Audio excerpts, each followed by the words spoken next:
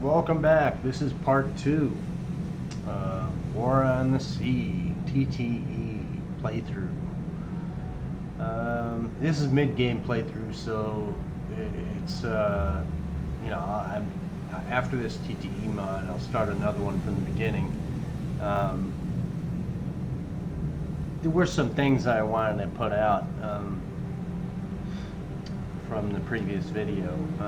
That is how much I want to thank some of the channels on YouTube. First and foremost, I want to thank the It's Pat channel again.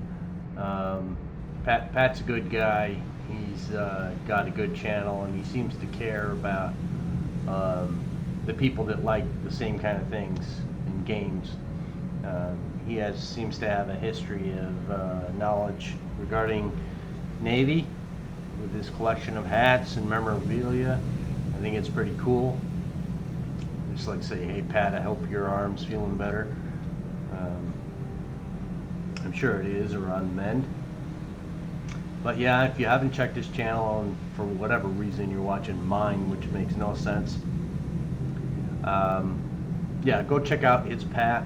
He's got some pretty good long streams. He streams weekly, and yeah, it's worth a watch. He's a funny guy.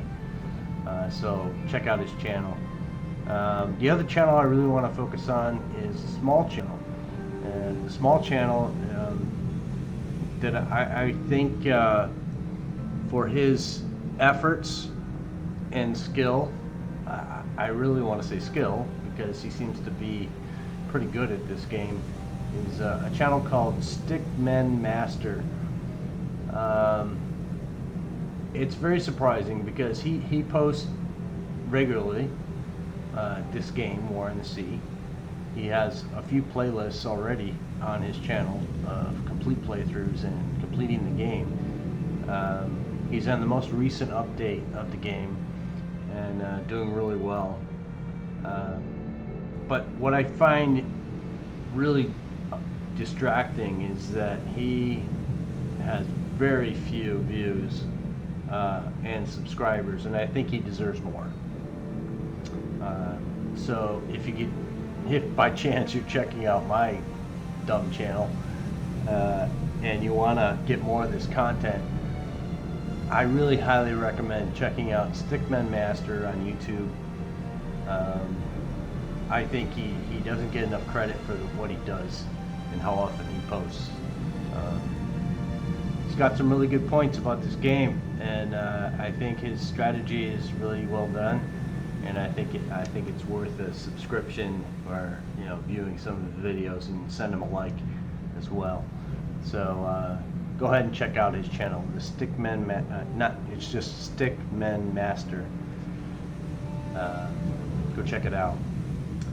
I also mentioned Taff in Exile. There's also the Edified Gamer. Both those channels are really well done. They got a lot of subscribers. But they also do post some pretty good playthroughs on this War in the Sea game, and I think they're worth a check out if you haven't checked them out already. The last channel I want to call out is Darth Vegan. Kind of a quirky guy, but he's funny. He does post regularly this game, weekly or multiple times a week.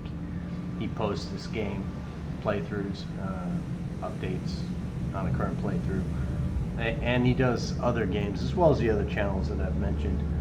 But yeah, he's worth the subscription, and it's free, so whatever. Go. I guess that doesn't say much, but he's another good channel. I think that he deserves some more love in the community of War on the Sea, at least.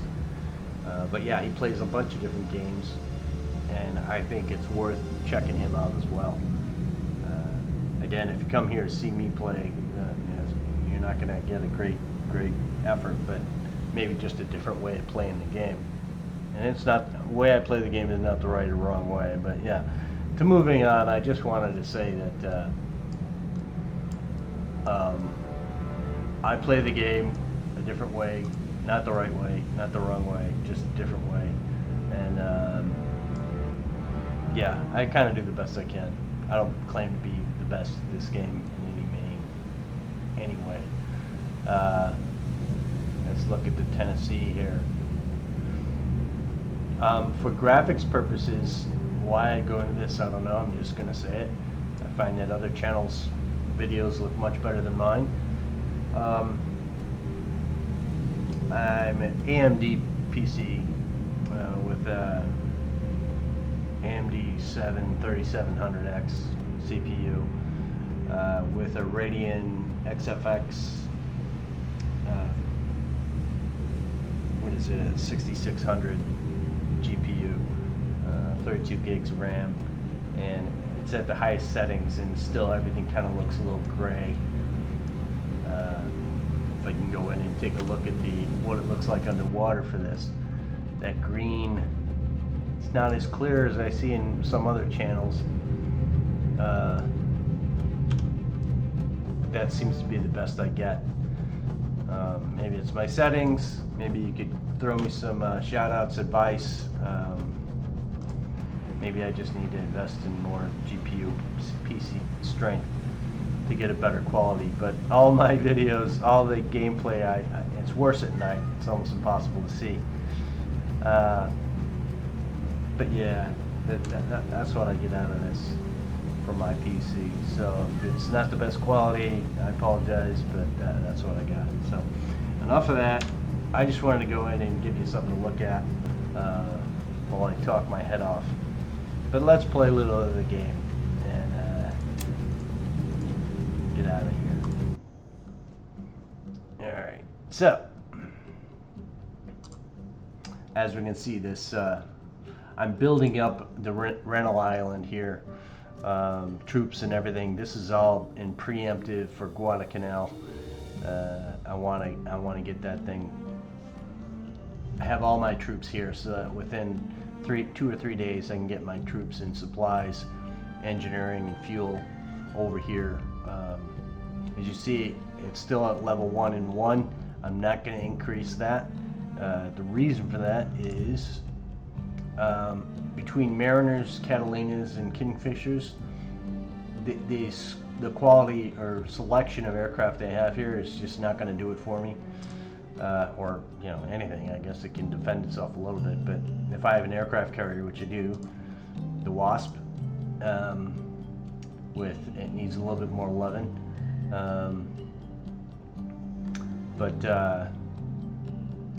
and formation 3-column scout, so 6 and 7. My newer destroyers are out front screening for subs.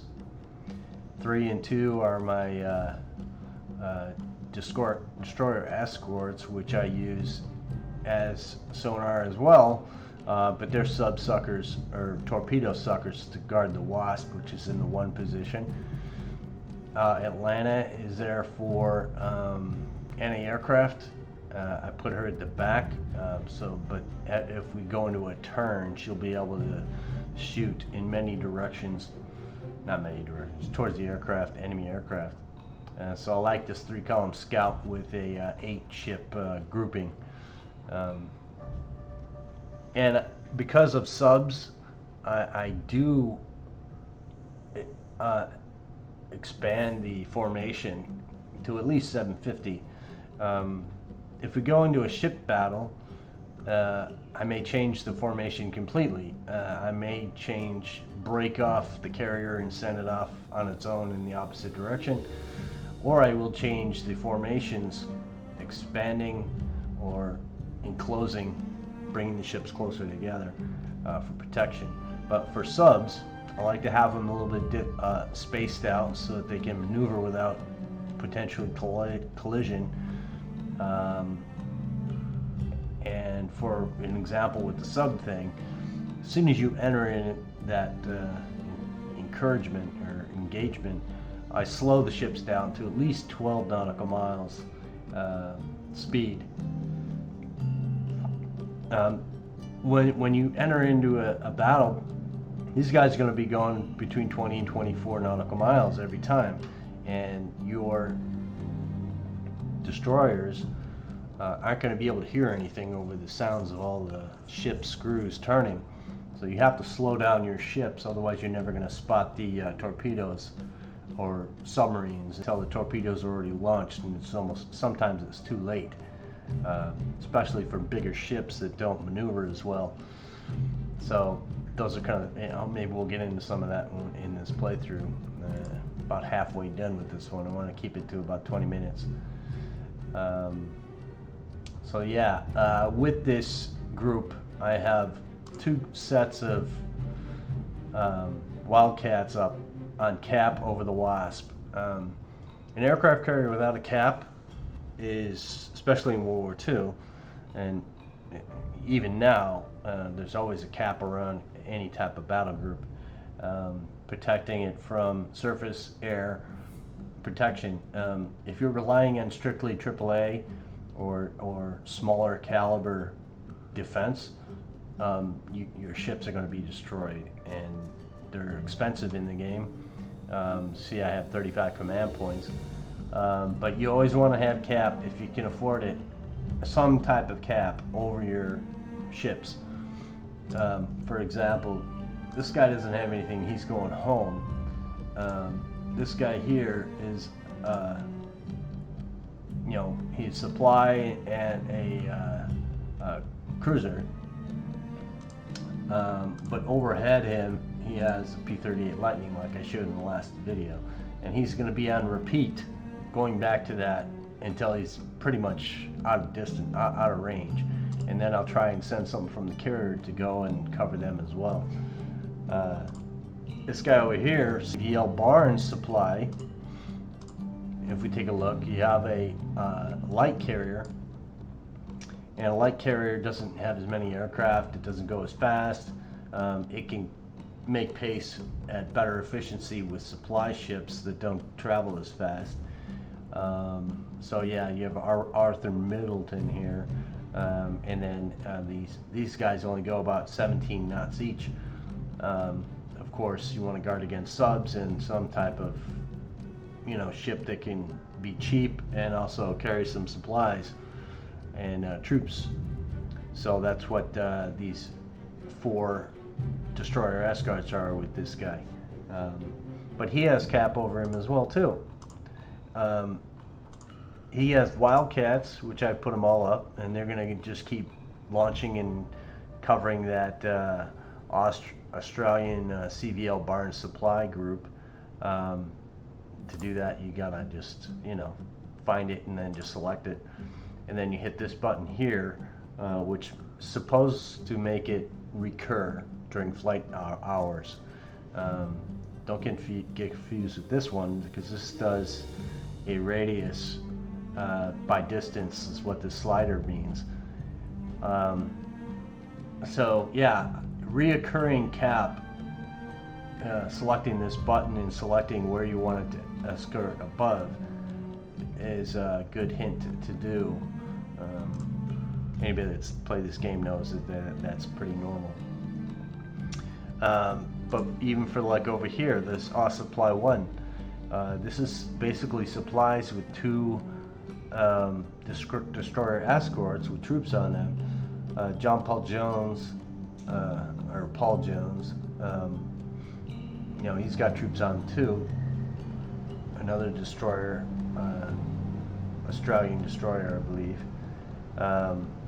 But yeah, these guys go slow. Cimarron is like 17. Some of these guys are 18. Arthur Middleton ships, they go about 18, and they have some defensive guns.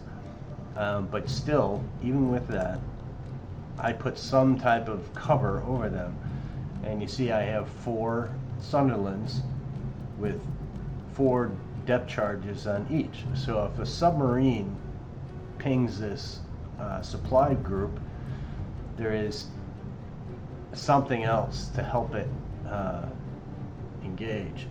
These Sunderlands can also attack scout planes. So if you have a scout plane that comes over from the enemy, they usually travel by themselves. You can send these 4 guys. They're not very fast, but if you wait until they're close, you can go in tactical and have these guys attack, and they will attack and shoot down a spotter plane from the enemy, which is good because you don't want the enemy to report back that you have a supply ship running that's moving very slow to a port, because you'll wind up finding submarines will merge on that location, or destroyers will merge on that, or you'll get some of these airfields that will send over ungodly amount of aircraft that will just make your day really bad. So yeah, so right now what I'm doing is I'm trying to, what's my mission in this? Let me just talk about a couple more things here. First of all, submarines. I spoke earlier in the previous video about submarines and what I think of them and whatever. Now, first of all, submarines, see this one's got 22 torpedoes remaining on it. That's 10 in the aft and 12 in the bow. These things, there is a knack to them. Right now we have destroyers or destroyer escorts from the IJN fleet coming out of their Rabaul, and they're traveling in singles and doubles, so 1 or 2 ships at a time. Now the thing with those ships that I've found is that submarine torpedoes go past underneath them. If you raise up, if you go to periscope depth, your torpedoes are not going to hit them unless you're really, really lucky. In other words, waves, and you're making those ships are diving into the water more. In darkness on a calm day, you can actually raise the submarine up to like 10 feet, not above the water, but just above periscope. So instead of 30 feet down, you can raise it up to like 10, and then your torpedoes will be at a shallower depth, closer to the surface is what I'm trying to say, and then you'll be able to hit those smaller ships. But yeah, I find that torpedoes, you know, you can make them deadly, really deadly, or you can just use them to spot. So these guys are up here to spot. So if I see like a carrier group come through, I can go into tactical and see. And if it's not a carrier group, it's nothing. I don't have to, you know, maybe worry about it. So yeah, I'm covering between Cape Gloucester and Ley. I've already blown the airfield off of Ley, so I'm not getting crazy amounts of, you know, fighters coming this way. I have scout planes going up and checking these areas, and also these areas.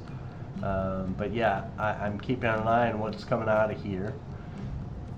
Last thing I want to say before I get into some kind of engagement here and make you guys see how bad I am at this game. I find that this base this one, Caving, I've played this and gone later in the game and trying to say, oh, I want to take over everything and blah, blah, blah, blah, blah. If you destroy this base and you land there, out of this little short spot of the map, you'll get, you thought spotting aircraft was an annoyance for the enemy and for us, you will get 2 repeated cargo ships back to back to back to back, game mechanic, respawning, trying to land ships here, troops and supplies and whatever, to build it back up. So I would just not even bother messing with this one.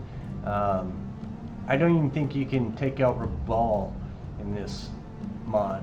I think it's not worth it even bother trying this one. Another thing with subs and ships in general, don't go too deep into this. You'll spawn on the island, you'll spawn right on Rabaul with your submarines, so you want to stay over here, or this is really pushing it. I should probably get this guy out of here and put him over here. Let's just do that. So we're going to do this. We're going to have him just do one of these guys. Hit that N key and do the continue that pathway. So he's just gonna patrol this way. This guy's doing a short one right in front of him, and this one is doing out here to guard somewhat of a pathway this way. It's far too large for this guy to actually, by the time he's over here, you could have all sorts of stuff passing by and he'll never see it. So it should be maybe half of that, and maybe right here. We can change that. Let's do that. So I want him to go that way, and that way. And that's enough.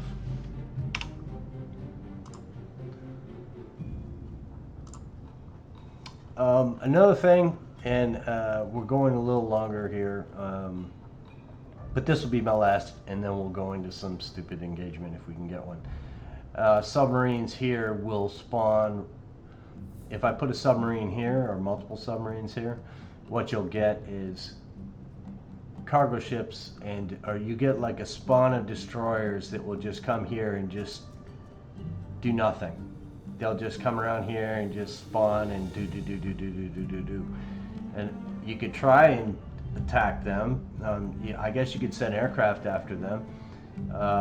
But it's a game mechanic that will just trigger excessive amounts of ships that will just, destroyers that would not excess. So you get like 3 or 4 that will spawn here, and then all of a sudden you'll get a pathway this way and a pathway this way.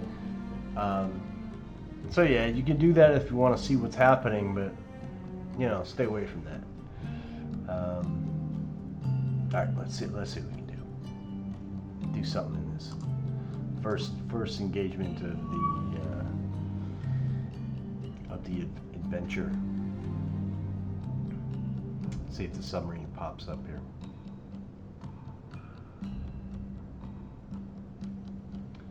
So one more tick around, and we're going to go in and we're going to remove it, but I want to see if there's something in there.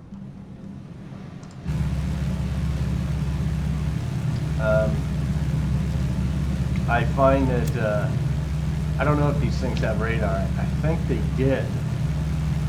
Yeah, see this guy right here? I believe that's either a periscope or it is some type of radar. That's a radio receiver. I think this is a radar. I'm not familiar. I wasn't alive during this time, but I think that's what that is. Maybe it's a periscope. So I don't know if these aircraft actually have radar. Selected units using radar. It's on, but I don't really think it does anything. We'll do a short little pattern, which I don't think will do anything.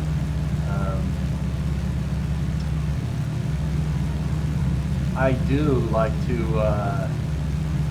extend some of these formations for visual purposes, for, you know, when you're going to bomb something, of course you want to minimize that and make it smaller, but speed up just a little bit to see if we can find anything. I don't see anything. So I don't think that submarine is here. I think it's moved on, which is fine. We'll move on from there.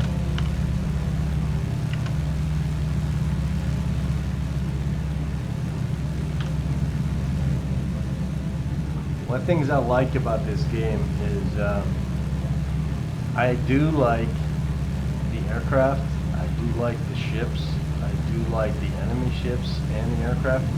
I don't necessarily, you know, I used to play War Thunder, and then it got to be just a grind. I didn't want to play anymore like that. I had no desire to fly these aircraft and take control of them. I would rather direct them into what to do and see how the game mechanics actually make it work. So yeah, I like the formation aspects of this game, and I think it's something pretty cool. So with that, I don't think we're going to find anything, so let's get out. But with that, we're going to send this guy, because he's got a lot of searching to do, and I believe that maybe he needs to go do this, and then we're gonna have to call it. We'll see what we can find out. I have a feeling the submarine is coming beeline this way, but I have Avenger with depth charges, 3 of them over there for 196 more nautical miles. Actually have some Wildcats, 8 of them over that guy for 212 nautical miles. And the battle group itself has 4 destroyers. So there should be enough protection, but Barnes, because it registers as a carrier, CDL even, it's going to be a target. I don't know if the game mechanics actually just force that or whatever, but I think that submarine is going to show up going after this. But we'll get into that another time. So thank you for watching. Again, go and check out the channels I mentioned. Their links to their channels are in the description. They will be. And yeah, there'll be more. So this is just part 2. We'll get into another part in a minute. So we'll see ya. Thanks.